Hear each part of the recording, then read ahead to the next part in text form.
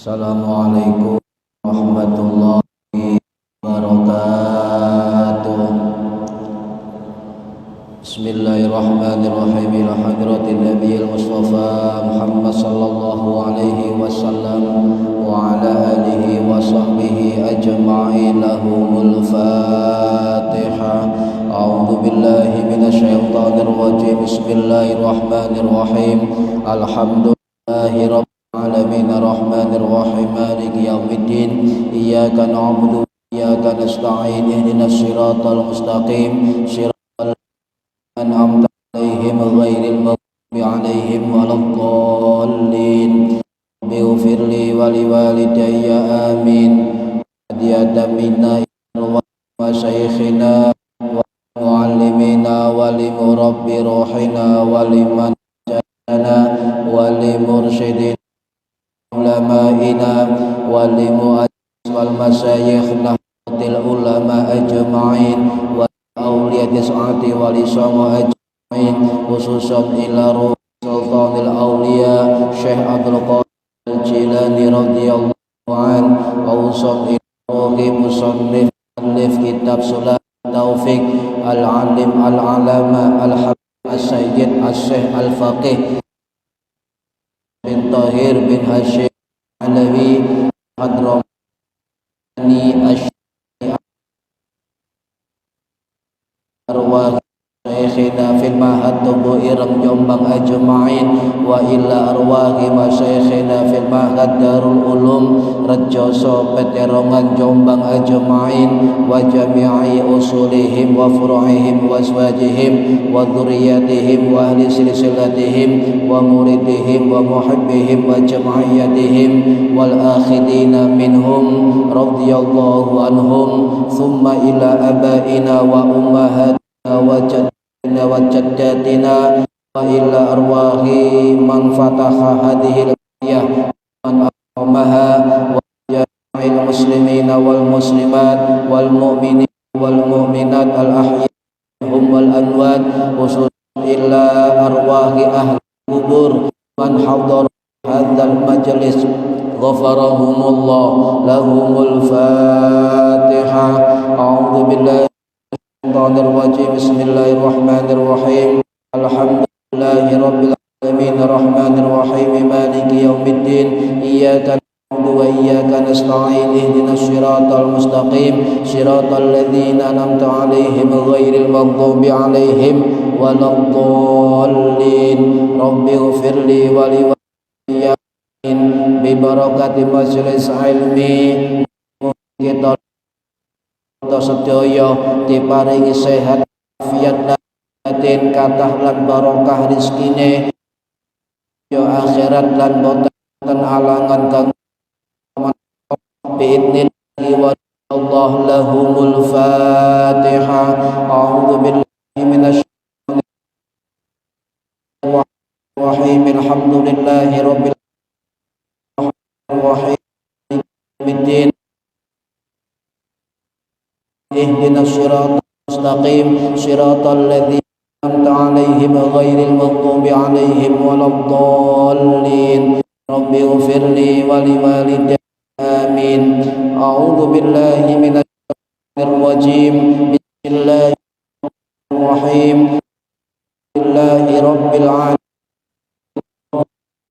wa sallim wa barik ala sayyidina Muhammad ala alihi wa sahbihi ajma'in. La haula wa la quwwata billahil azim. Amma ba'du. Para ibu jamaah pengajian kitab Sulamut Taufiq dan hadir fi hadzal majlis dan umumnya yang menonton via online atau mendengarkan mudah-mudahan mendapatkan barokah manfaat maslahah wa ni'mat wa salamah wa sa'adah wa syafa'ah fid dini wal akhirah amin ya rabbal alamin. Monggo diniati ngaji golek ilmu lan diniati iktikaf fi hadzal masjid lillahi ta'ala. Para hadirin ingkang minulya tasih membahas tentang maksiat lesan. halaman 45. Bismillahirrahmanirrahim. Faslun utawi iki ku fasal mamin wa min ma'asil lisani lan setengah saking piro-piro maksiatil lesan wa alfadul qadafi lan piro-piro lafate al-qadaf. Al-qadaf lafat yang menunjukkan orang zina. Al wahia lam utawi alfadul qadaf iku kathiratun akeh.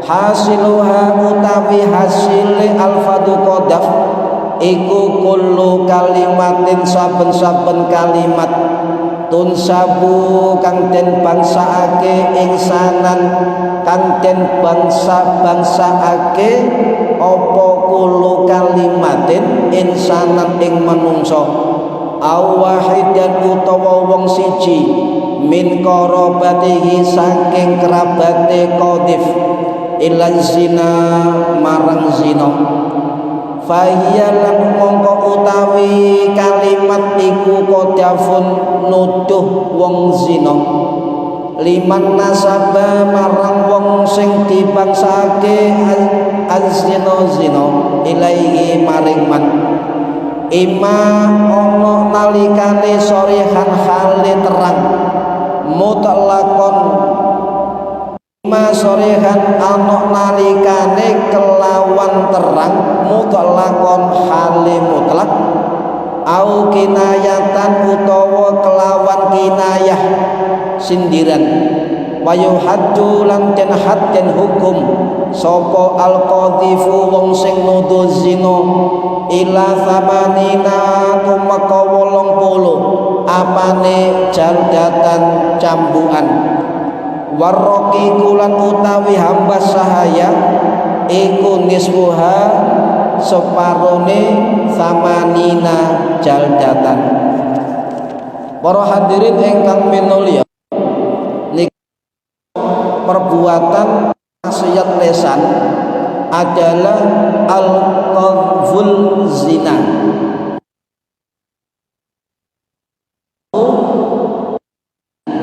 atau gampangan al-qadhaf niku perbuatan yang menuduh orang lain berbuat zina masuk al-kabair perbuatan dosa besar. Kesimpulannya al-fadhul qadhaf setiap kalimat yang sengaja kepada orang lain atau salah satu kerabatnya atau familinya menuduh berbuat zina baik sorehan ya masorehan baik dengan terang-terangan maupun kinayatan kinayah dengan sindiran ini tidak boleh. Jadi baik jelas terang-terangan disampaikan haram berdosa besar.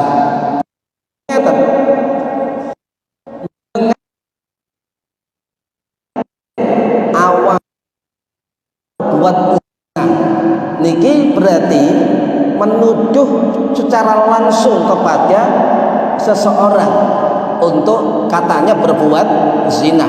Ini imma syariah mutlaqon menuduh dengan jelas dan mutlak terangan kepada orang lain atau dengan kalimat kinayah dan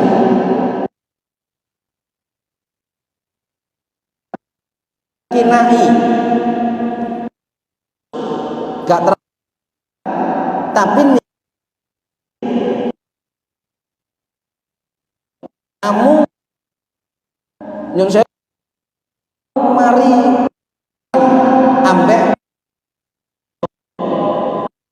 sindiran nggih. Ngonoan niku apa empuk? Ngonoan. Sindiran iki kinayah. Nggih, enggak boleh. Itu menjurus ke zina. Nggih, tuduhan zina. Dalam syariat ngeten, zina itu istilahnya al-qadhif. Nggih, orang yang menuduh zina. Lek tuduhannya enggak terbukti, dia telah berdosa besar dan menanggung keharaman. Kalau itu terbukti atau yang menuduh ini tidak terbukti, maka dia berhak dihukum sama nina 80 cambukan. Ya, dihukum 80 cambukan. Atau kalau budak 40 cambukan, pecut ya, 40 pecutan, atau kalau bukan budak 80 pecutan. Nah, di dalam kitab Fiqh Sunnah karanganipun Sayyid Muhammad Sabiq At-Tihami rahimahullah sing wafat tahun 2000 yang lalu, beliau mengatakan perbuatan al-qadhaf atau al-qadfu menuduh orang lain adalah perbuatan yang besar bahayanya, dosa besar, hukumnya haram. Bahkan nyuwun sewu Pak, disebut oleh Kanjeng Nabi termasuk perbuatan yang membinasakan baiknya maupun orang lain. Niki Rasulullah dawuh, ijtan al jauhilah 7 yang menghancurkan, yang membinasakan di dunia, di alam kubur maupun di hari kiamat. Apa asbab al-mubiqat itu? 1, perbuatan syirik. Nomor 2, perbuatan mensihir, mentenung, pemalih, tenung, sihir, santet, pemalih istilahnya. Itu perbuatan yang membinasakan. Yang ketiga, membunuh orang, okay, tanpa hak, tanpa bersalah. Ini termasuk as-sab'al mubiqat. Jadi wong sing ngebom wong liya, kemudian orang yang enggak berdosa meninggal dunia, di situ dalilnya adalah al-man, bukan. Jadi orang yang dibunuh yang sengaja tanpa alasan syariat dan tidak berdosa, kemudian karena ulahnya orang yang membunuh terbinasakan nanti di dunia, di alam kuburnya. Jadi kalau berdalih tapi bunuh wong, mateni wong, ini hadis sahih Muslim ya, sahih Muslim, itu dilaknat sama Rasulullah, tidak boleh sama Rasulullah. Lek sampai kelompok yang menghalalkan darah orang lain dengan alasan jihad fisabilillah, dengan alasan kafir dan sebagainya, hadis niki, ingat hadis ini ya, termasuk ijtanibus sab'al mubiqat, jauhilah perbuatan 7 yang membinasakan dirimu. Syirik, sihir, orang berdosa, okay.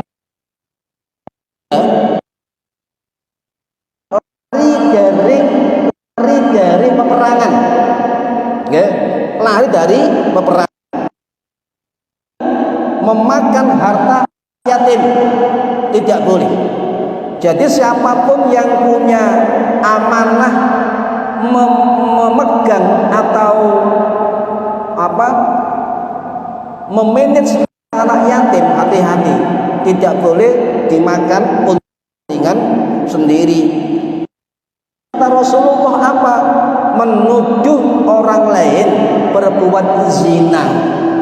Nah, termasuk as-sab'al mubiqat, 7 perbuatan membinasakan baik di dunia, baik di alam kuburnya maupun di akhiratnya.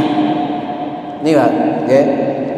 Para hadir rahimakumullah, kenapa Rasulullah berpesan jauhilah menuduh orang lain zina? Sebab al-qadhaf niki nggih akan mendapatkan laknat dari Allah baik di dunia maupun di akhirat. Saged mendapatkan azab yang besar. Nyun sewu niki sing ngomong sing dawuh Gusti Allah ten surat An-Nur ayat 23, Allah dawuh innal ladzina yarmunal muhsanati ghafilatil mu'minati, sesungguhnya orang-orang yang melemparkan tuduhan kepada perempuan yang baik-baik, perempuan yang polos, perempuan yang mukmin, Allah dawuh lu'inu fid dunya wal akhirah, maka mereka dilaknat baik di dunia maupun di akhirat. Walahum adzabun adzim, dan mereka mendapatkan siksa yang sangat besar. Yaum tadu alaihim alsinatahum wa aydihim wa arjuluhum bima kanu ya'malun. Nanti orang yang menuduh orang lain berzina tanpa saksi, tanpa bukti, maka nanti di hari kiamat tashhadu akan bersaksi tangannya, bersaksi kaki-kakinya, bersaksi apa yang melekat dalam dirinya, bima kanu ya'malun, sebaik perbuatan yang mereka lakukan. Jadi itu Pak, sangat khusus sekali Gusti Allah dengan ayat yang membahas melaknat orang yang menuduh zina terhadap orang lain tanpa bukti, tanpa saksi. Okay. Baik dengan kalimat sorih jelas, baik dengan kalimat kinayah sindiran, baik dengan kalimat tarik ya alus, ya alus. Nah, kalau kalimat sorih jelas, awakmu zina tanpa bukti dan tak terbukti tuduhannya, maka dia berhak dalam syariat fikih mendapatkan 80 cambukan pecutan. Nggih. Dan ini berlaku ten pundi? Aceh nggih. Konon Aceh niku lek konangan pacaran, konangan zina niku dihukum sesuai fikih. Ora rahimakumullah, tetapi ulama ini beda pendapat ketika seseorang menuduh orang lain dengan kalimat sindiran. Contoh, awakmu iki rondo tonggoe ditumpahi, kan nggih, sindiran. Tapi kan enggak ngarah ke zinanya, sindiran. Maka ulama beda pendapat. Kalau itu hanya sindiran atau alus, tidak langsung menuduh di hadapan orang lain yang dituduh tadi, maka tidak dicambuk, tetapi wajib ditakzir. Ditakzir. Nah, menurut ulama mazhab Syafi'i, ulama mazhab Maliki, kalau sindirannya halus, tidak langsung menuduh, tapi niat nyindir halus, maka tidak kena cambukan, tetapi wajib ditakzir. Ini menurut mazhab Syafi'i dan mazhab Maliki. Tapi kalau yang dituduh tidak benar, fitnah.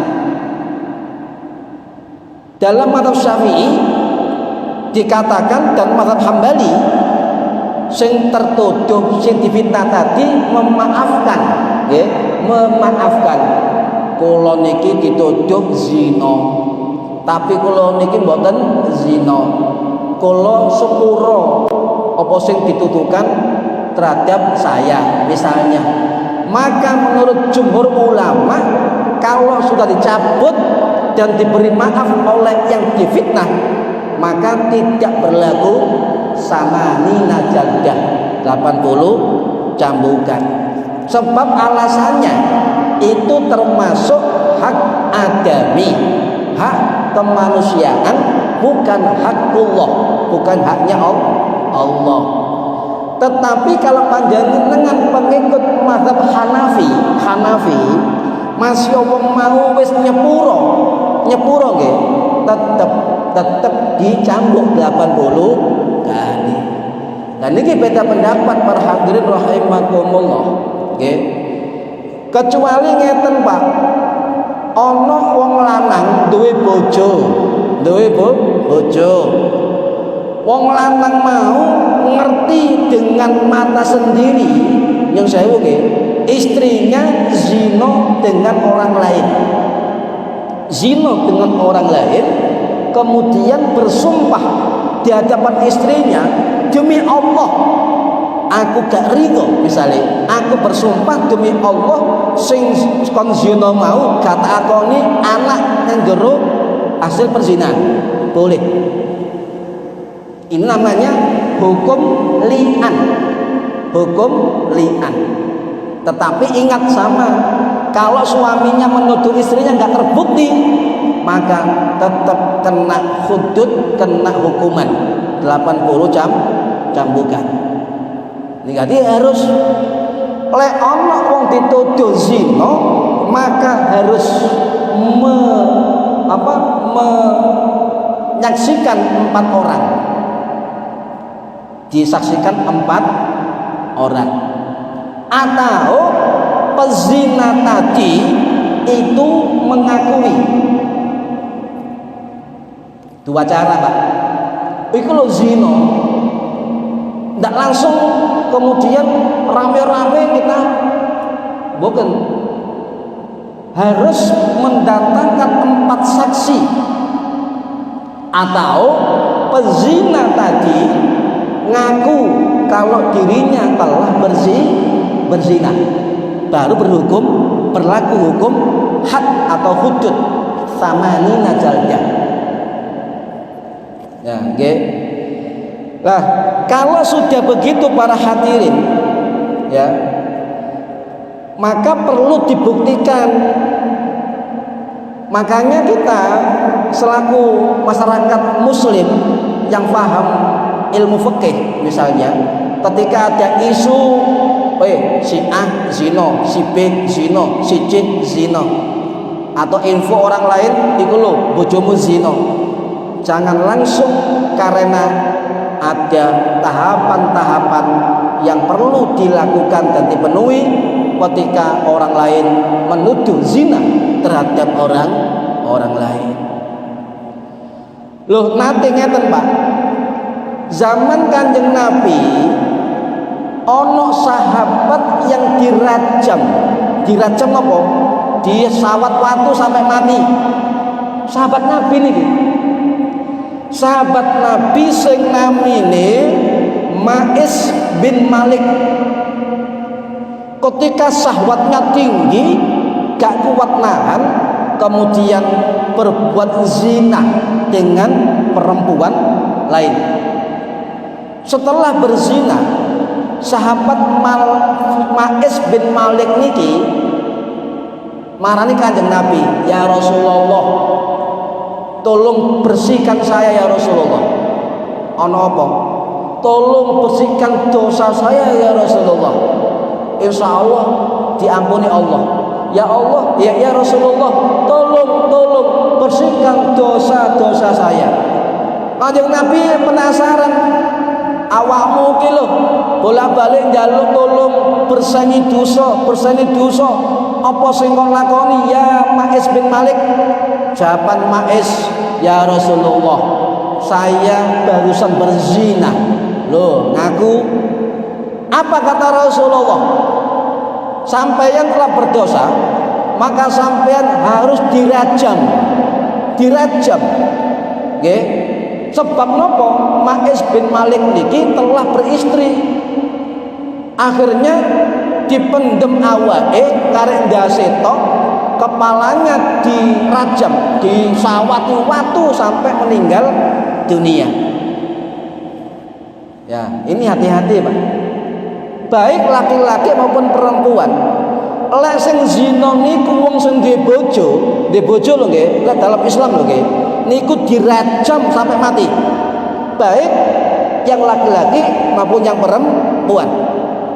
Kalau yang zina itu belum menikah, namanya zina ghairu muhsan.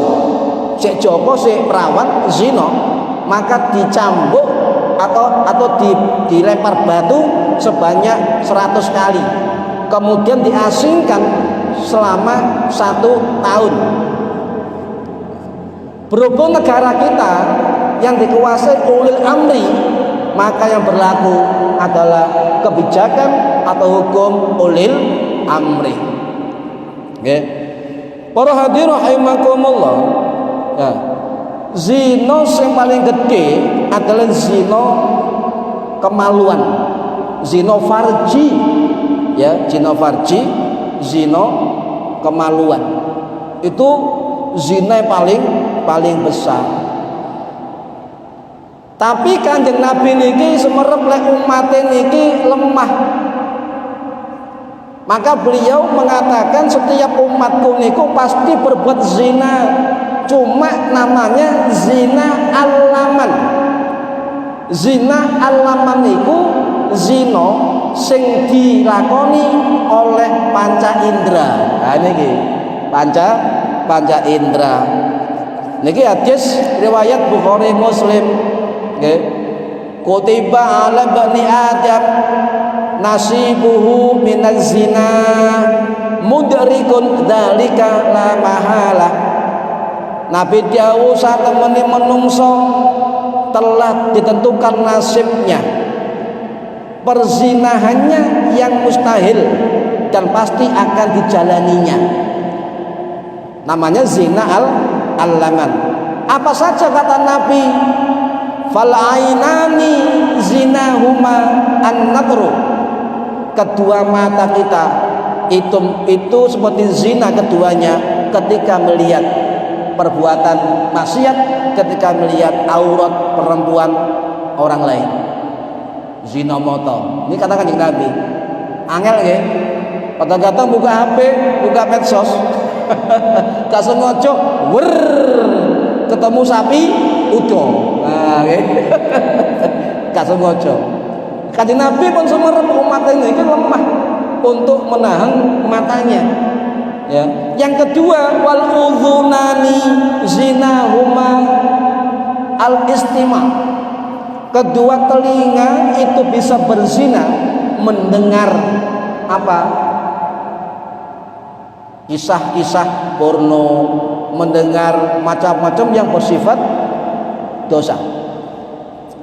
Yang ketiga, wal lisanu zinatal kalam. Ya. Zina mulut itu apa? Omongan.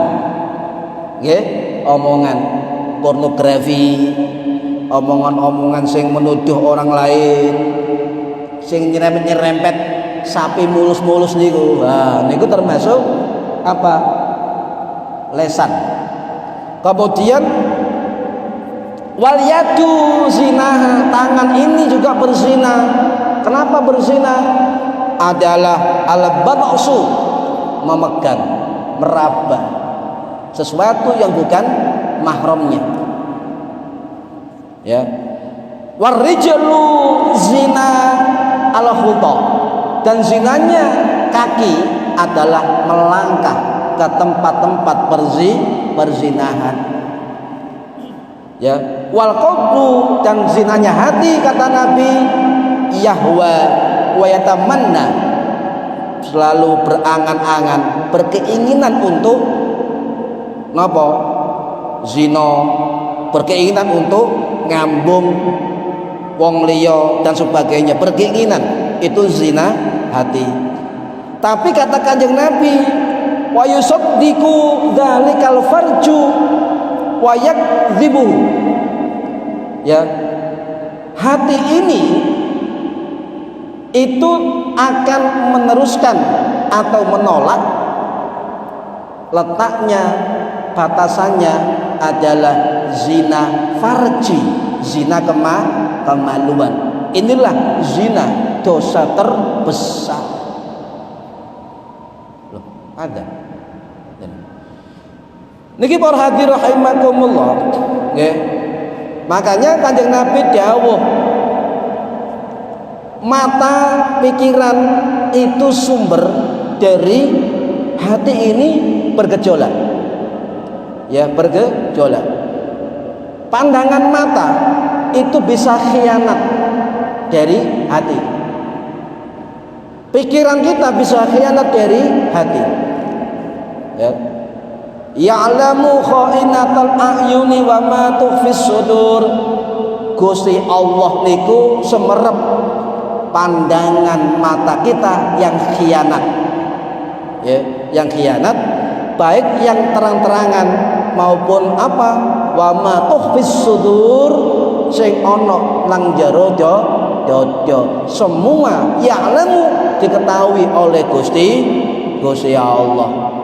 Makanya ulama tasawuf ngeten Pak, hati ya, itu bisa berubah akibat pandangan mata kita.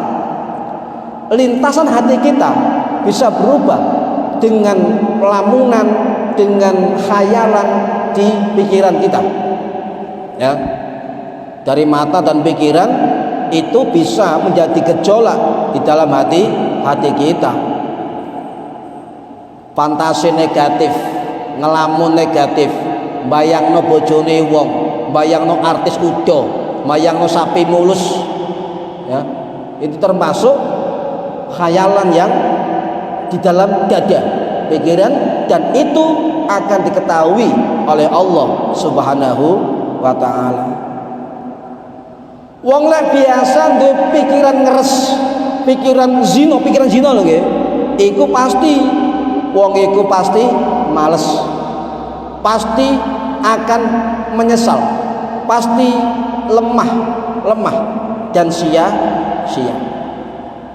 Jadi mikir ngono wae. Jadi memadamkan produktivitas amalia, produktivitas berpikir positif dan sebagainya. Para hadirin rahimakumullah, Kanjeng Nabi dawuh Pak, temenan niki dawuhne nggih, iyyakum wazina, hati-hatilah kalian dengan zina. Fa inna fihi arba'ah hisolin, sak temene di dalam zina ada 4 perkara.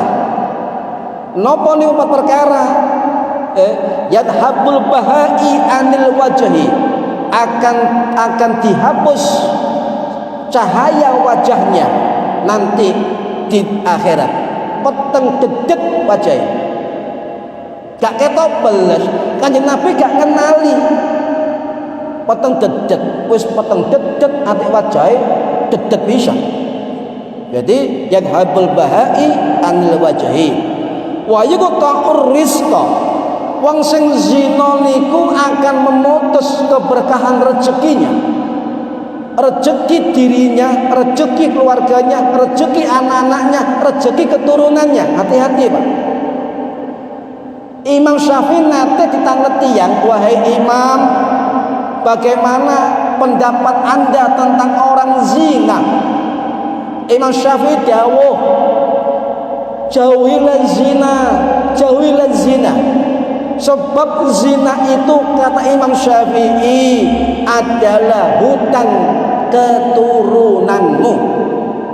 Imam Syafi'i artinya apa? Lek sampean zina, maka anak turune akan dizinai orang lain. Karena Imam Syafi'i dawuh, wong sing zina ninggalno utang keturunane. Hati-hati Pak.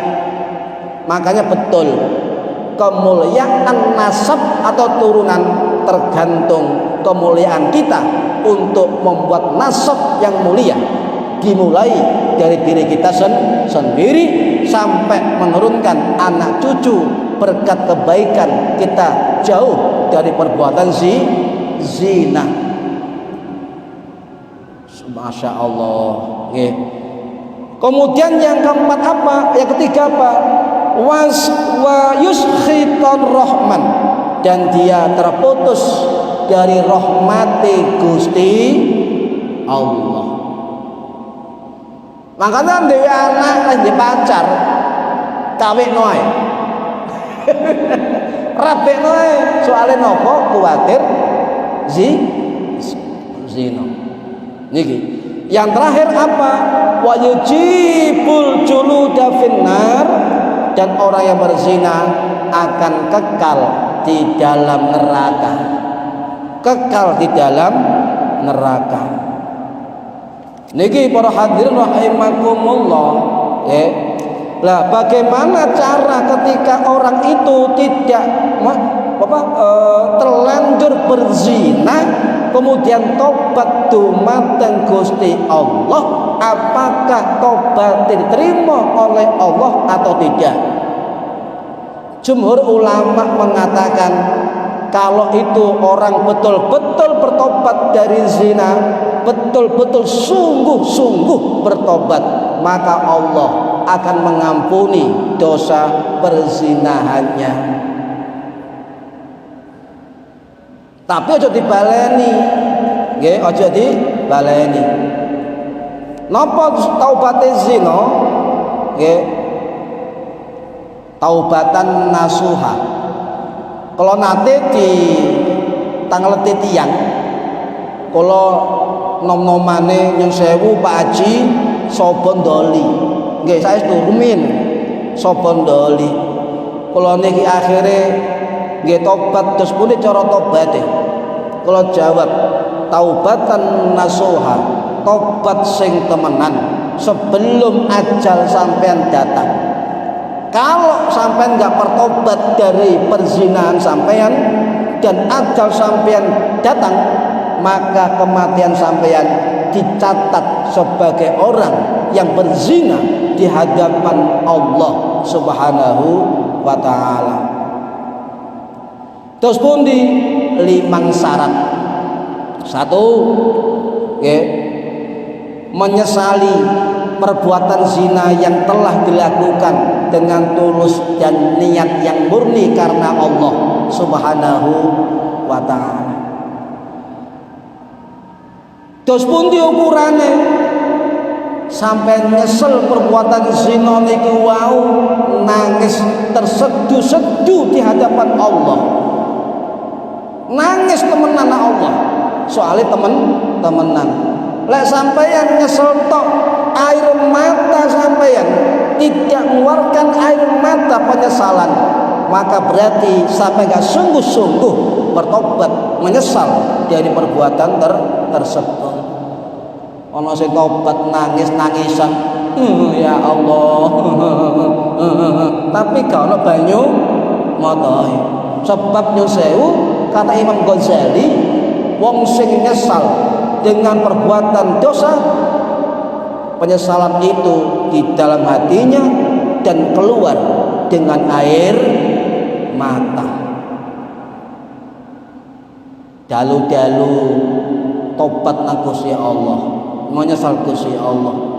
Yang kedua, nggih, kedua niku berhati-hati dan tidak mengulangi lagi, tidak mengulangi lagi.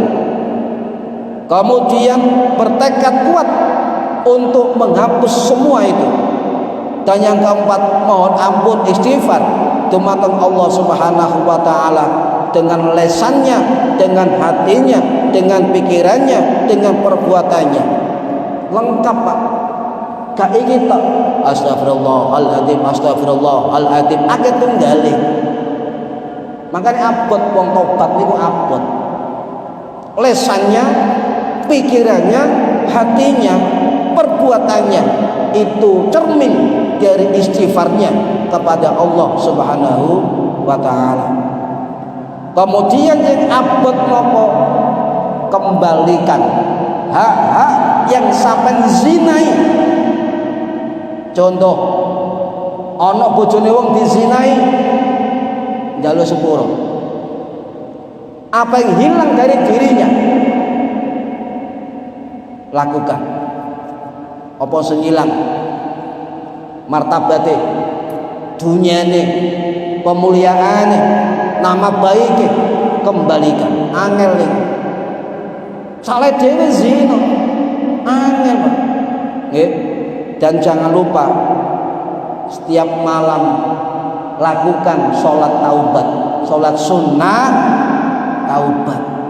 Usolli sunnatat taubati rakaataini lillahi ta'ala.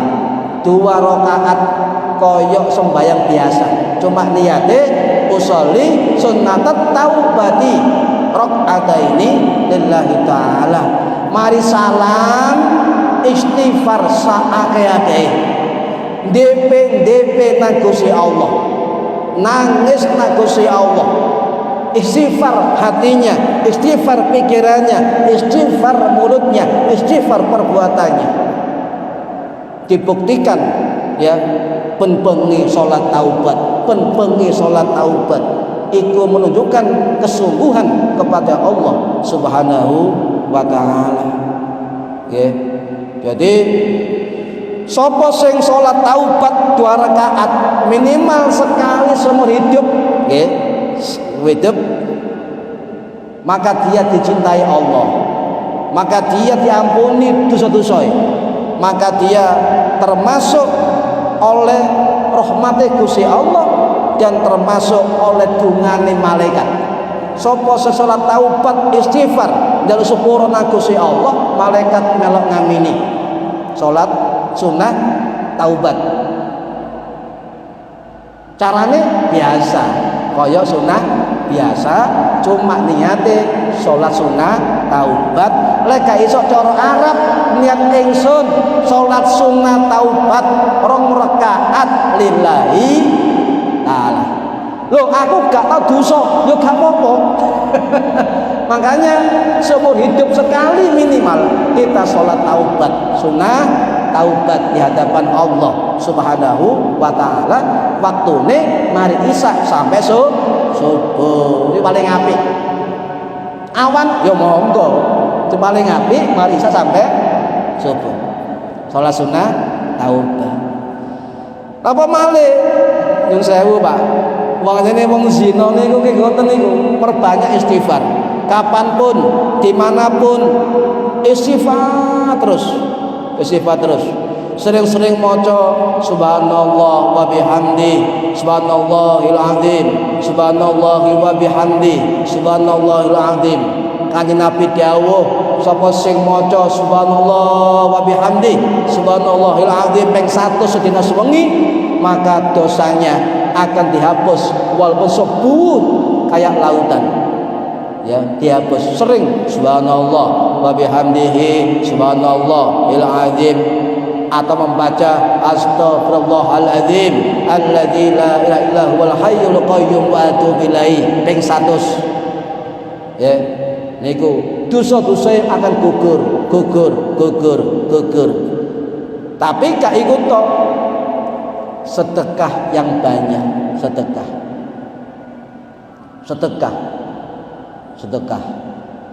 Sebab sedekah niku bisa nyun sewu mengurangi dosa-dosa kita dan menambah kebaikan kita, bisa mengurangi dan menutup kesalahan kita. Sedekah sing kathah, sedekah. Ya. Sedekah sing kathah, nggih. Lapa malih perbanyak sholat sunnah, kemudian berkumpul dengan kumpulan wong sing apik. Ojo balik kumpulan sing garing zina. Ono pengajian melok, ono sholawatan melok, ono kerja bakti masjid melok. Barang api-api kumpulan dimeloki. Nggih. maca Quran sing kata dan sebagainya. Cuma kata guru saya, sering-seringlah yang tobat dengan berpuasa. Berpuasa. Napa berpuasa?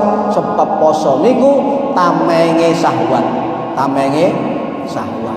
Niku para hadirin rahimakumullah, lek sampun melampaui itu semua, diampuni atau tidaknya kembalikan semua dumateng Gusti Allah.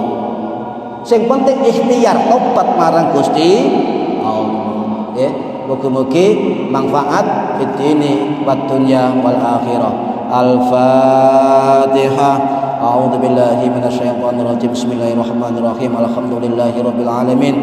Arrahmanir rahim. Maliki yaumiddin. Iyyaka na'budu wa iyyaka nasta'in. Ihdinas siratal mustaqim. Siratal ladzina an'amta 'alaihim ghairil maghdubi 'alaihim waladdallin. Rabbighfirli wa liwalidayya. Amin. A'udzu billahi minasyaitonir rajim. Bismillahirrahmanirrahim. Allahumma shalli wa sallim wa barik ala sayyidina Muhammad walhamdulillahirabbil alamin. Allahumma 'allimna Al-Quran wa alimna ilma la ilaha illallah wa alimna min ladunka ilman nasiru bihi kamil mahyati wal mamat wa sallallahu ala sayyidina Muhammad walhamdulillahi rabbil alamin wallahu a'lam bisawab. Assalamualaikum warahmatullahi wabarakatuh.